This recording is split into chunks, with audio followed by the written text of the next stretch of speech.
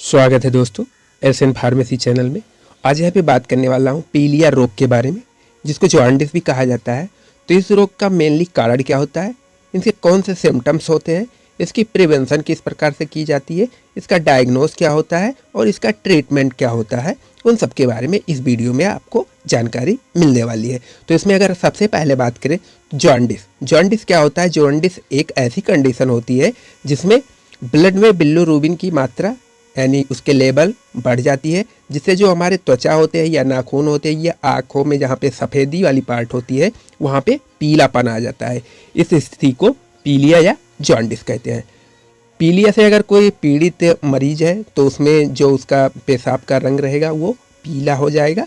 अगर हम जॉन्डिस के नॉर्मल लेवल की बात करें तो नॉर्मल लेवल जो होता है 3 mg/डेसीलीटर होता है। अगर इससे बढ़ जाता है तब वो पीलिया काज करता है।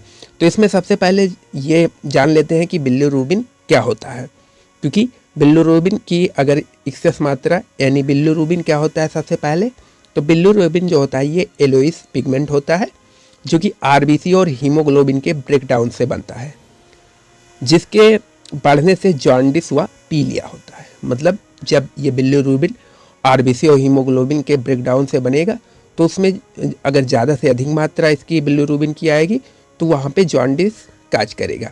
बिलिरुबिन पीले रंग का पदार्थ होता है, यह आरबीसी में पाया जाता है। जब ये सेल डेड हो जाता है तो लीवर में प्रॉब्लम होने लगती है, जिससे बिलिरुबिन इंक्रीज होने लगता है। इसी के चलते जो त्वचा हमारी होती है वो पीली पड़ने लगती है, क्योंकि उस कंडीशन पे बिलिरुबिन का अमाउंट जो होता है वो बढ़ने लगता है। इसमें अगर हम देखें इसके नॉर्मल लेवल की कि कितनी नॉर्मल लेवल इसकी होती है, तो जो बिलिरुबिन की नॉर्मल लेवल होती है वो एल्डर हुआ, एडल्ट हुआ या चाइल्ड हुआ, उनमें 0.2 से 0.8 mg/डेसीलीटर होनी चाहिए। अगर न्यू बॉर्न बेबी है तो उसमें 0.8 to 12.0 mg/डेसीलीटर होना चाहिए। क्रिटिकल वैल्यू की बात करें तो 12 mg से अगर ज़्यादा है। क्रिटिकल वैल्यू न्यू बॉर्न की बात करें तो 15 mg/डेसीलीटर से ज़्यादा होना चाहिए। प्री हेपेटिक या अनकॉन्जुगेटेड इनडायरेक्ट में बात करें तो 0.2 to 0.7 इसकी नॉर्मल वैल्यू होती है। Post hepatic conjugated direct value की बात करें तो 0.1 से लेकर 0.4 mg/डेसीलीटर होती है। फीकल यूरो जो होती है वो 40 to 280 mg/डे के हिसाब से रहती है। यूरिन की बात करें तो 0.0 to 0.02 mg/डेसीलीटर के हिसाब से इसकी नॉर्मल वैल्यू रहती है। अगर इसमें हम बात करें कि इसमें मेनली कौन कौन से काज होते हैं या क्या सिम्टम्स होती है, तो सबसे पहले काज की तरफ बढ़ते हैं। तो काज किस कारण से होता है पीलिया, तो इसमें जो पहला कारण है acute inflammation of the liver, यानी लीवर में सूजन हो जाती है। दूसरी कंडीशन की बात करें तो inflammation of the bile duct में भी सूजन हो सकती है। Obstruction of the bile ducts. चौथी कंडीशन है हीमोलाइटिक एनीमिया, इस कंडीशन में भी पीलिया हो सकता है। अगर इसके हम कुछ सिम्टम्स की बात करें, जो सिम्टम्स अपीयर होते हैं जॉन्डिस के केस में, तो वो स्टूल का रंग पीला हो सकता है, यूरिन का कलर डार्क हो सकता है, ईचनेस की प्रॉब्लम हो सकती है, कमजोरी आ सकती है, वेट लॉस की प्रॉब्लम हो सकती है, फीवर आ सकता है। तो ये इसके कुछ सिम्टम्स थे।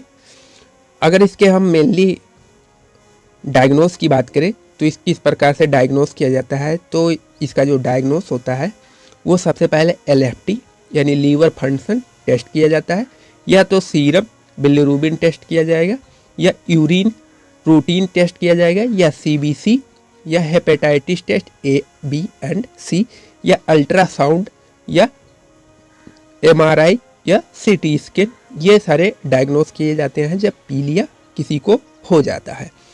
अगर इसके हम प्रिवेंशन की बात करें कि किस प्रकार से पीलिया से बचा जा सकता है, तो यूजिंग बैलेंस डाइट यानी रिच फूड, फाइबर युक्त फूड लेनी चाहिए। एक्सेसिंग रेगुलरली एक्सरसाइज हमेशा करनी चाहिए, यानी पर डे एक्सरसाइज करते रहना चाहिए। फैटी चीज़ों को नहीं खाना चाहिए, तले भुने चीज़ों को नहीं खाना चाहिए। मूंग की दाल या अदर दाल ये सब खानी चाहिए। तो इससे पीलिया होने का और जितने भी लिक्विड वाली चीज़ होती है उनका ज़्यादा से ज़्यादा सेवन करना चाहिए। तो ये इसके प्रिवेंशन थे।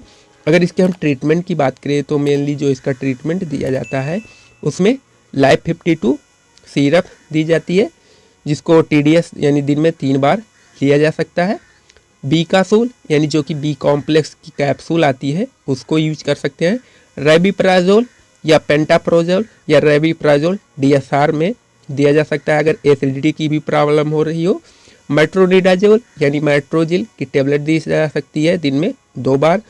डेक्सट्रोज IV दी जा सकती है, यानी डेक्सट्रोज का IV इन्फ्यूजन दिया जा सकता है अगर सीवियरिटी ज़्यादा हो रही हो तो इसमें ये सारी जानकारी थी जॉन्डिस के बारे में। दोस्तों अगर ये जानकारी आपको अच्छी लगी हो तो हमारे चैनल को सब्सक्राइब कर लीजिए। अगर ऐसी जानकारी और भी चाहिए आपको तो हमें कमेंट ज़रूर करिए। थैंक यू दोस्तों।